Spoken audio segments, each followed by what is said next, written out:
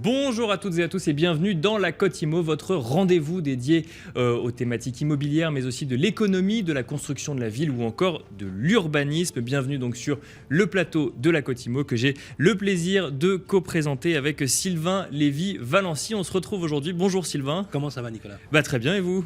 Green, c'est mon truc. Exactement, c'est la thématique aujourd'hui. On va aborder le sujet du Green Immo, hein, si on peut le dire ainsi. On va aborder les questions de sensibilité environnementale dans le secteur de l'immobilier, Sylvain. Alors, quand on parle effectivement de green, vous l'avez compris, on parle de couleur verte, mais de Bien valeur sûr. verte. Mais derrière ce concept de valeur verte se cache bien évidemment cette nécessité de la transformation environnementale face aux défis climatiques qui touchent la France, mais qui touchent la planète en question. Et comme on le sait, l'immobilier, la ville, est le deuxième émetteur de carbone après le transport. Donc c'est vraiment des questions qui sont incontournables dans le contexte que l'on connaît. La sphère de l'immobilier ne les évite pas, au contraire, elle les anticipe. Et aujourd'hui, on va développer l'idée d'un immobilier durable. Est-ce qu'il peut être durable? Et puis comment, effectivement, par exemple, les données prédictives, l'open data, la possibilité d'installer, par exemple, des capteurs pour l'énergie ou pour rétablir, par exemple, des îlots de fraîcheur en ville, qui est un vrai sujet lorsqu'on est en été, et on le sait, bien évidemment, c'est l'objet de la Côte Immo. Restez avec nous, Nicolas. Exactement. Donc on commencera, comme vous le disiez, avec cette question, comment développer un immobilier durable. Dans un instant, Jeanne Massa, CEO et cofondatrice d'Habiteo, répondra à nos questions. Et ensuite, dans la deuxième partie de la Côte Immo, nous recevrons Pierre Leroy, président de French PropTech, mais aussi cofondateur de Hero, pour répondre à ces questions de l'utilisation de la donnée ou de la data au service de la réduction de l'empreinte carbone.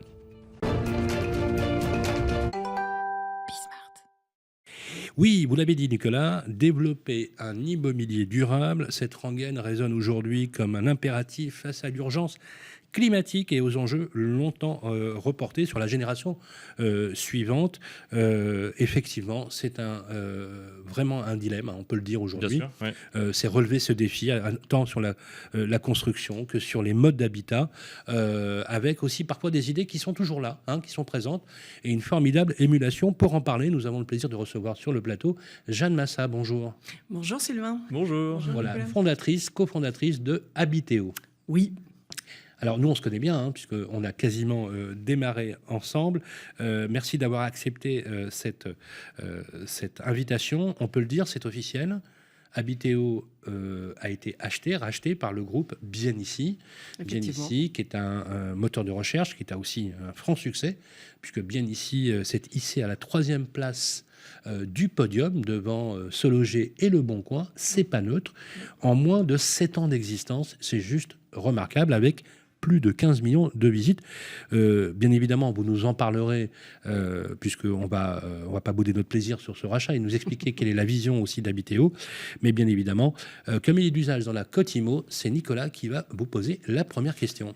Moi, j'ai envie de vous poser, Jeanne Massa, la question un petit peu en lien avec la thématique. Comment est-ce qu'on fait pour développer un immobilier durable? À savoir qu'effectivement, donc, là, aujourd'hui, il y a eu un rachat par Bienici. Donc, on va voir peut-être comment ça va s'intégrer, effectivement, dans les offres qu'on peut voir, effectivement, sur, j'ai envie de dire, sur cette plateforme de mise en relation, ou en tout cas qui permet des transactions. Quelles sont, vous, les pistes que vous avez chez Habiteo pour développer cet immobilier durable, Jeanne Massa? Alors, je dirais pas chez Habiteo. Habiteo, finalement, c'est une boîte à outils pour optimiser la commercialisation de l'immobilier du neuf. Mais si on parle immobilier durable, il faut peut-être se poser la question de ce qu'est l'immobilier durable. Bien sûr. Aujourd'hui, dans les premières préoccupations, on veut un immobilier qui soit moins consommateur d'énergie, un immobilier qui soit mieux isolé, un immobilier qui ait plus de confort sonore, etc. Toutes ces informations, finalement, le plus important, c'est de les donner en transparence aux consommateurs. D'accord. Pour qu'ils puissent, quelque part, faire des choix dans leurs achats, dans leurs locations qui soient pertinents. Parce que là, il y a deux sujets ou deux stratégies. Le premier sujet, c'est de dire comment est-ce qu'on fait pour, en tant que constructeur, promoteur, créer un immobilier durable. Ouais. Et l'autre, c'est le sujet de la transparence. Et finalement, c'est le marché qui fera qu'on ira plus vers tel ou tel bien en fonction de sa performance énergétique. Exactement. Dans la construction, aujourd'hui, il y a beaucoup de nouveaux procédés constructifs constructif qui emmène vers un immobilier plus durable. Maintenant, c'est pas toujours simple à mettre en œuvre et il faut être quelque part assez clair aussi, c'est que c'est aussi un immobilier plus coûteux. On s'y retrouve après, mais aujourd'hui, l'adéquation pour des promoteurs qui construisent de nouveaux logements entre le poids de la réglementation et la volonté ou la nécessité de se recaler sur les enjeux environnementaux, eh ben, ça coûte plus cher. On a un pourcentage ça coûte par rapport à ce qu'on pouvait faire avant, ça coûte combien plus cher? Tout dépend jusqu'où est-ce qu'on va. D'accord. Tout dépend jusqu'où est-ce qu'on va. Oui, parce que c'est une grille qu'on respecte tout le monde. Oui. On a peut-être un exemple. Je peux citer Woodéum qui s'est engouffré qui est un promoteur qui s'est engouffré véritablement avec des valeurs en disant nous on construit en bas carbone, basé sur du bois, etc. Il y a à peu près 20% de plus sur la partie constructive. Est-ce qu'on peut aller la rechercher ailleurs, ce jeu-là? En plus, aujourd'hui, si on prend encore le contexte économique dans lequel on est, ils se posent tous la question parce que les prix des matériaux augmentent. Bien sûr, il faut réfléchir les choses différemment. Ça peut augmenter encore plus. Donc, il y a un enjeu aussi sur la commercialisation, et c'est là où peut-être moi, en tant qu'Habiteo, je peux apporter quelque chose, sur l'intermédiation de la commercialisation, où on peut aller avec le digital à réduire certaines dépenses. Voilà. Mais il est important, je pense, aujourd'hui, qu'on soit aussi dans une optique de dire, pour moi, l'immobilier durable, c'est un immobilier qui se fait dans quel timing? Je sais pas, on en a débattu avec Sylvain à certains moments, mais en France, on construit pour quelque chose de très pérenne. On construit pour les siècles à venir. Dans d'autres pays, on construit pour 50 ans, 60 ans, 70 ans, en se disant que derrière, on défait et on refait. Ça, c'est Singapour, c'est Hong Kong. En France, on construit pour les siècles à venir. Et la durabilité, est-ce que c'est pas à un moment de dire, si on est conscient dès le départ, il y a des boîtes aujourd'hui, il y a des innovations en France sur l'économie circulaire qui peuvent, dès le moment de la construction, pouvoir prédire ce que coûtera le coût de la rénovation ou de la déconstruction. Ou même de l'obsolescence. Ou de l'obsolescence, bien sûr. Mais donc, il vaut mieux, si je comprends bien, construire pour les siècles à venir. Ça coûte moins cher en termes de... Justement, ça coûte moins cher en termes d'empreinte carbone si on le fait bien dès le début. Je ne sais pas. Eh bien, je ne sais pas réellement, parce qu'aujourd'hui, quand vous voyez les passoires thermiques qu'on a en France, si on pouvait déconstruire plus facilement et reconstruire, la rénovation, finalement, coûte moins cher. Donc, ou reconstruire du neuf sur de l'ancien, ça peut... La destruction, c'est-à-dire la déconstruction coûte beaucoup moins cher que la rénovation, par exemple. Mais il y a un aspect dans ce que vous dites, vous avez absolument raison. Sur la question, il y a un changement de paradigme, et effectivement, il nous faudra de toute façon inventer un immobilier, on va dire, plus mobile, entre guillemets, sans faire de mauvais jeu de mots, mais c'est le problème patrimonial, en fait, en France qui nous touche. C'est-à-dire que nous avons ici une architecture patrimoniale sauvegardée, oui, et qui fait partie en fait des aspects culturels du pays, et il y en a d'autres dans d'autres pays. Et le problème, c'est que effectivement, même si dans certains modes de construction, au XVIIe siècle par exemple, on pensait déjà aux îlots de fraîcheur par rapport à l'épaisseur des murs, par exemple, qui permettaient de contenir la chaleur l'hiver et de contenir la fraîcheur l'été. Ça, c'était des modes constructifs qu'on est en train de se réapproprier. Non, ce que je voulais vous dire, c'est justement, en tant qu'acquéreur, on a une infographie qui nous donne des choses qui sont très éloquentes. Pour 56% des personnes abordées, un logement durable répond aux enjeux environnementaux.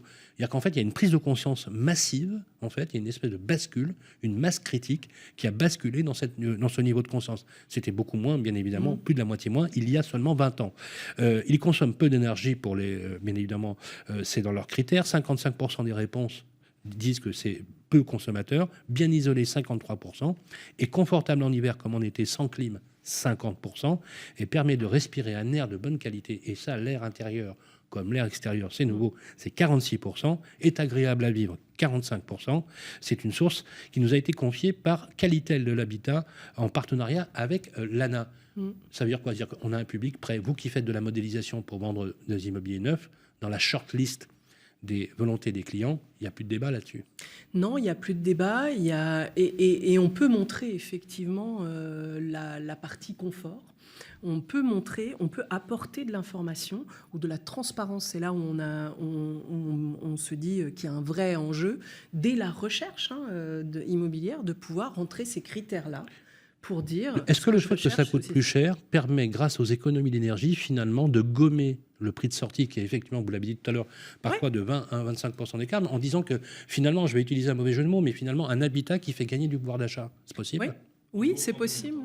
Il faut trouver encore une fois, là, on est en dépendance de où on se trouve, quels sont les matériaux qui ont été utilisés, quelles sont les ouvertures qu'il y a. On peut calculer beaucoup de choses, mais la consommation d'énergie, elle se calcule sur le mode constructif, sur l'isolation qui a été fait, sur effectivement une partie qui est de connexion, de logements connectés, pour ne pas avoir à éteindre une lumière, pour pouvoir bénéficier d'un ensoleillement. Ça dépend de ce qu'on aura utilisé en termes de vitres. Il y a des vitres qui sont aujourd'hui occultantes et qui permettent de jouer en fonction de l'ensoleillement, apporter la meilleure qualité de la lumière et protéger quelque part de la chaleur. Ça fait partie des choses qui se travaillent pour justement, là-dessus, avant de repasser la parole à Sylvain, je rebondis sur l'infographie. Donc, on parle de respirer un air de bonne qualité ou surtout d'un logement agréable à vivre. Est-ce qu'un logement agréable à vivre, j'imagine que les critères d'agréable à vivre évolue dans le temps. C'est-à-dire qu'on parle aujourd'hui d'un ascenseur, il y a 10 ans, on n'en aurait pas parlé, ou il y a 50 ans, on n'en aurait pas parlé. Post-Covid, des espaces extérieurs. Aujourd'hui, l'espace extérieur... Et l'Aérien 20 qui a instauré maintenant... Alors, heureusement, vous avez échappé, le neuf a échappé aux deux ouvertures, puisque, effectivement, là, ça aurait été franchement compliqué. Là, on est quand même sur une double exposition, donc c'est plutôt pas mal. Mais justement... Oui. Alors, est-ce que finalement, post-Covid, c'est quoi? Espace extérieur? Est-ce que c'est plus ou moins d'espace? C'est peut-être pas plus d'espace, c'est un espace mieux agencé dans lequel on peut avoir des zones qui sont véritablement privatives et avec effectivement de quoi réaliser un bureau même qui soit suffisamment agréable avec une ouverture sur l'extérieur et un espace extérieur. Et cet espace extérieur, il n'a pas besoin d'être énorme, mais le balcon aujourd'hui rentre pour certains, certains promoteurs aujourd'hui disent 100% des logements vont avoir un extérieur. Et ça, c'est quelque chose qui a changé post-Covid. Ce qui est intéressant, c'est qu'aujourd'hui, avec la projection, on peut montrer tout ça. Et pouvoir donner l'information quand on est dans une visite virtuelle de ce que peut être le logement, en ayant finalement vu sur l'extérieur, en pouvant se projeter, voir qu'on peut mettre une chaise, on peut mettre une table, on va pouvoir prendre notre café en extérieur, on peut regarder la vue qu'on peut avoir sur l'extérieur, mais on peut avoir l'information sur le mur de savoir quelle est l'économie d'énergie qu'on va pouvoir faire. On peut avoir la vision de ce qu'est l'ensoleillement sur la totalité de l'année, donc de se dire en hiver, finalement, l'ensoleillement sera moindre et finalement, il va quand même falloir que je me chauffe, etc. Donc, etc. On ne veut plus rien découvrir le jour où on arrive dans son bien, quoi. On veut tout savoir avant. Parce que ça, c'est quand même assez antinomique avec la façon dont fonctionne le marché de l'immobilier depuis plusieurs années. Généralement, on découvre la moitié des choses quand on arrive dans le bien en question. Mais je pense que ça, c'est la pression du consommateur. Il a besoin d'informations, il a besoin de la transparence de l'information. Il se déplace après. Et puis sur de neuf, il se déplace pour voir un terrain vague. Oui, bien donc, sûr. À un moment donné... Il a plutôt acheté un plan. Il a acheté un plan. Donc, voilà. Par contre, c'est la même chose sur l'ancien. Si on lui donne l'information de ce que peut coûter la rénovation, de ce qu'il peut obtenir finalement sur son logement, et qu'on lui donne la visibilité de ce que c'est, eh bien, on est productif. Quand on rentre sur un moteur de recherche, aujourd'hui, peu importe lesquels, mais quand vous faites une recherche immobilière, si vous avez tous ces critères, que vous les rentrez, et que vous pouvez réellement visiter de manière virtuelle 5 ou 6 biens en l'espace d'une heure sur Internet, vous vous déplacez sur le coup de cœur que vous avez eu. Et vous pouvez avoir un coup de cœur directement en virtuel. Ou à distance, parce que c'est pas véritablement du virtuel, c'est du à distance. C'est très clair. Alors, avant de nous quitter, j'ai une dernière question juste rapide. Et voilà, dans le projet et du parcours résidentiel, aujourd'hui, est-ce qu'il vaut mieux acheter du neuf, même si effectivement on manque d'offres de neuf, bien évidemment? Est-ce que le neuf, ça reste toujours le bon pari? C'est le bon pari et en fait les jeunes générations elles commencent à le voir, ce bon pari. Aujourd'hui vous arrivez, vous êtes de toute façon avec déjà une énergie qui a été étudiée. Vous pouvez justement avoir toute cette information aujourd'hui c'est quand même, vous arrivez, vous avez un logement connecté, vous avez un logement qui est déjà adapté, vous avez un logement qui a été pensé avec les nouveaux usages. Alors que dans l'ancien, il va falloir refaire. Après, ça correspond à tout un chacun. Il y a ceux qui ont envie de mettre la main et qui ont envie de construire. Sur le neuf, il y a une vraie appétence aujourd'hui, qui n'est pas seulement les investisseurs. Auparavant, on se disait que c'était surtout un investissement. Aujourd'hui, ça peut être un coup de cœur.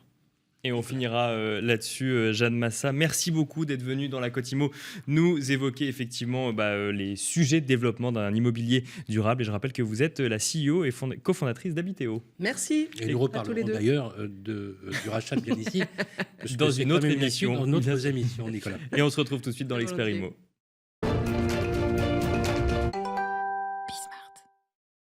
Et nous voici repartis dans la Cotimo pour cette émission du mardi où nous traitons de thématiques green et IMO. Et en l'occurrence, nous allons nous demander ensemble comment la donnée peut permettre de réduire l'empreinte carbone. Et oui, effectivement, la donnée qui sert dans beaucoup de stratégies, marketing ou digital peut également permettre de réduire l'empreinte carbone dans le secteur de l'immobilier. En tout cas, c'est une question que nous allons nous poser aujourd'hui avec notre invité qui est Pierre Leroy, président de French PropTech et cofondateur de Hero, qui est en duplex avec nous. Bonjour Pierre Leroy. Bonjour.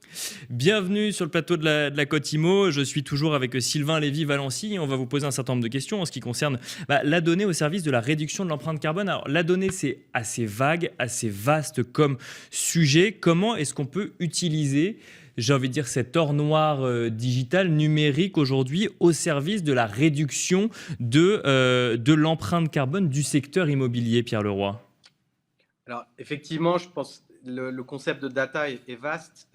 Une data seule, ça ne sert à pas grand-chose. Il faut qu'elle soit, comme on dit, actionnable. Et en fait, il faut qu'on la traduise en connaissances si on veut pouvoir agir. Et donc, il faut être capable d'avoir finalement soit ce qu'on appelle de la data vise ou alors des conseils qui vont être notifiés autour de l'interprétation de l'information qui va nous être transmise.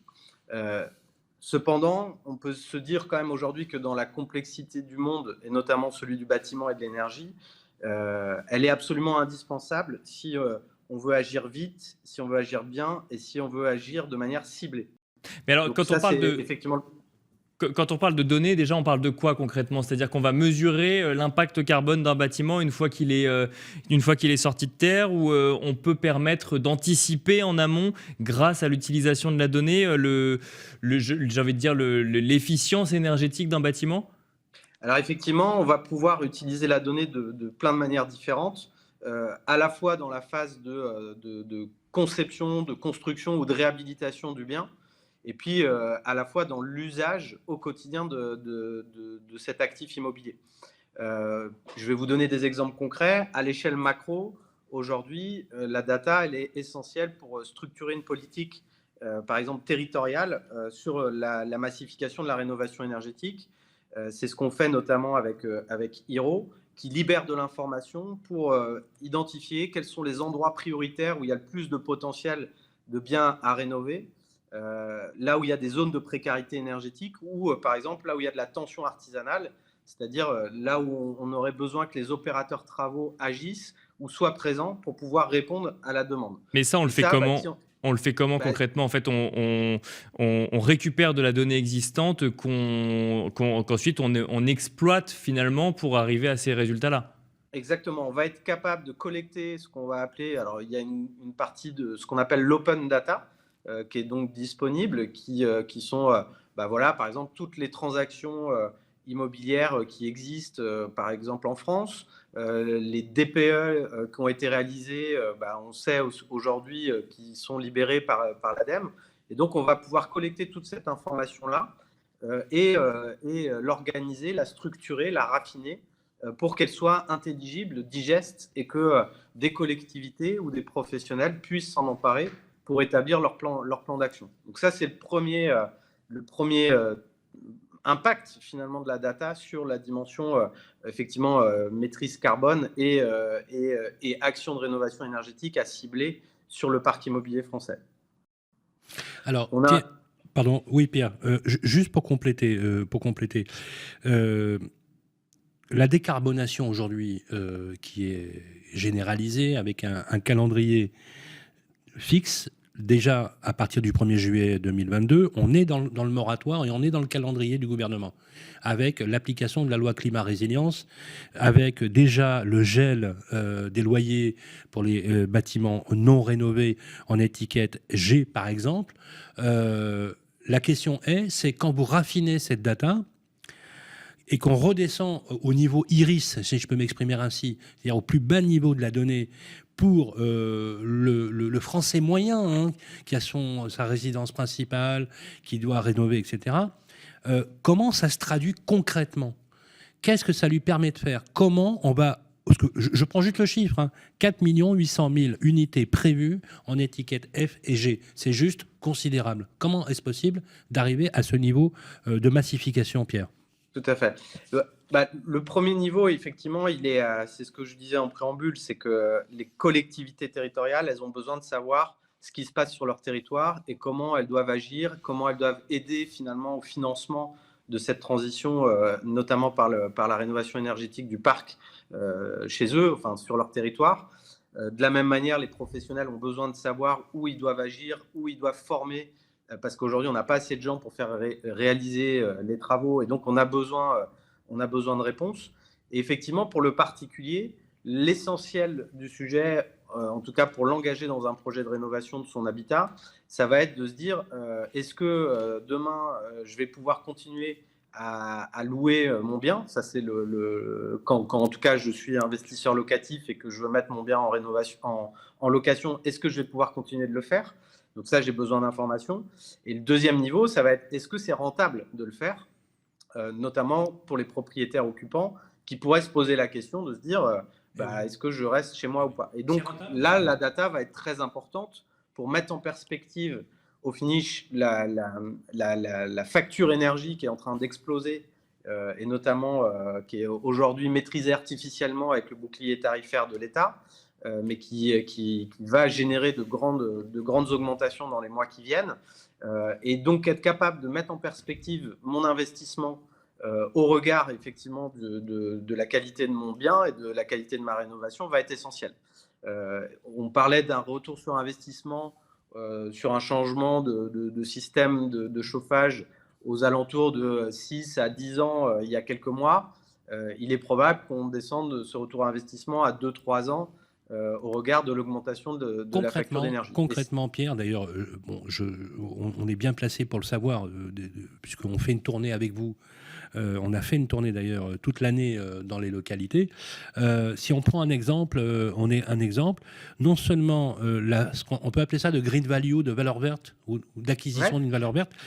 Vous dites, dans certains sujets, c'est un écart en termes de price de plus de 25%. Exactement. Aujourd'hui, on a constaté factuellement sur l'année 2021 qu'une maison non rénovée se vendait on va dire, d'un département, enfin d'une région à l'autre, jusqu'à 25% de moins si elle était classée, on va dire, de manière négative dans l'échelle du diagnostic de performance énergétique. C'est-à-dire que potentiellement, mon bien va perdre 20 à 25% de sa valeur uniquement parce qu'aujourd'hui, il n'est pas capable d'être résilient au regard de l'augmentation de la facture d'énergie.